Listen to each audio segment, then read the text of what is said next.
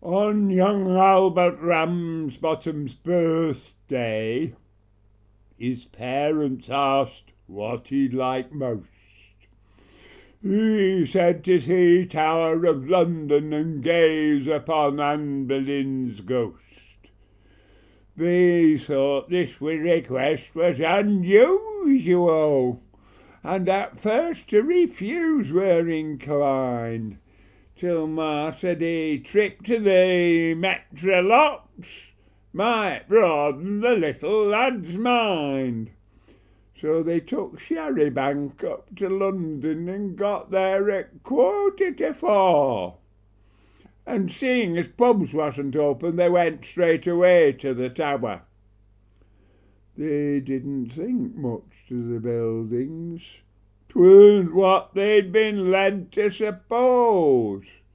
And the bad word Tower didn't impress them. They said Blackpool had got one of those.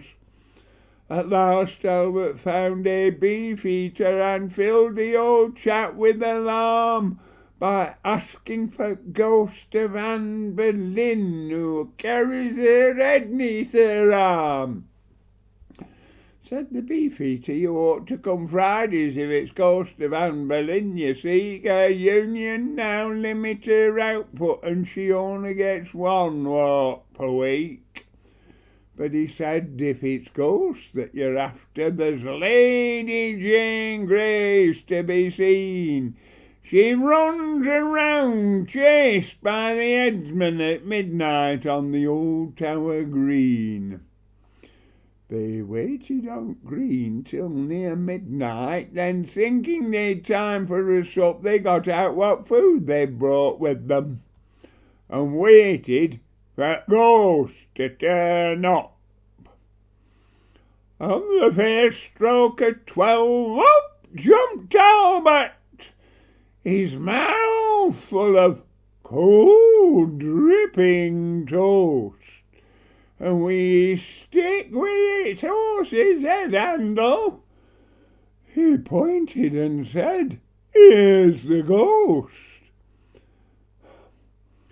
They felt their skins going all goosey as Lady Jane's spectre drew near, and Albert fair swallowed his tonsils when the headsman and all did appear. The headsman chased Jane round the grass patch. They saw his axe flash in the moon.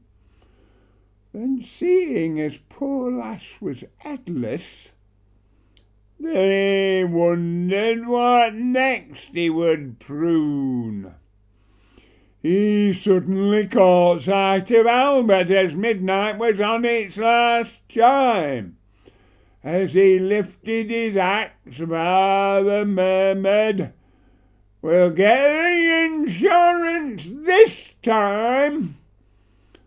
Mother arose, taking umbrage, and said, "Put that cleaver away. You're not chopping our Albert's head off. That collar were clean on today." The brave little lad stood undaunted till the ghosts were within half a pace, and taking the toast he was eating, he slapped it rip inside down in ghost's face. 'Twere a proper setback for the headsman. He let out a howl of despair. Then, taking his lady friend with him, he disappeared, just like that there. When father saw how they'd vanished, he trembled with fear and looked blue, till ma went and patted his shoulder and said, "'S all right, lad, we saw it too." Some say it were the dripping as done it.